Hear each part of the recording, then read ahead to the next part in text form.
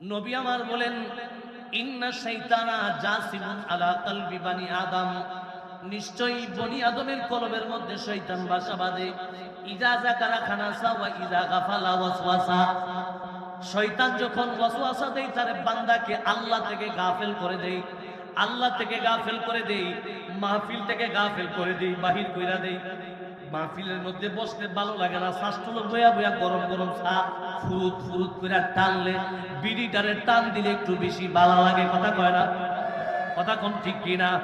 আমার নবী ডাক দিয়া বলে, বান্দা যখন দেখবা কোনো ভালো একটা মজলিসের আয়োজন চলতেছে, ওই মজলিসের ভিতরে আল্লাহ এবং তার রাসূলের কথা চলতেছে, তোমার মজলিসের ভিতরে বসতে ভালো মনে লাগতেছে না, মনে চাইতেছে না এই মজলিসের ভিতরে বসি, তখন মনে করবা ভিতরে শয়তান বাসা বাইন্দা লাইছে।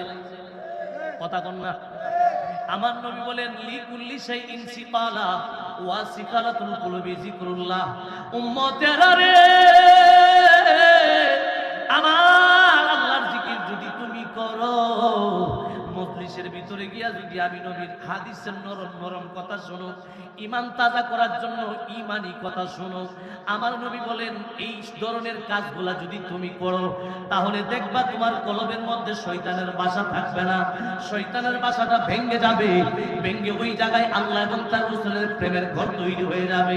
আমার আল্লাহ চাইলে আজকে লেডার বোরের জমিনের মাহফিল থেকে আল্লাহর জিকিরের মাধ্যমে, মাহফিলে কান্নাকাটির মাধ্যমে আপনার মাহফিল থেকে উনি বানায়া আমার আল্লাহ আপনার ঘরের ভিতরে নিতে পারে কি পারে না? আরো জোরে বলেন, পারি কি পারে না? একটু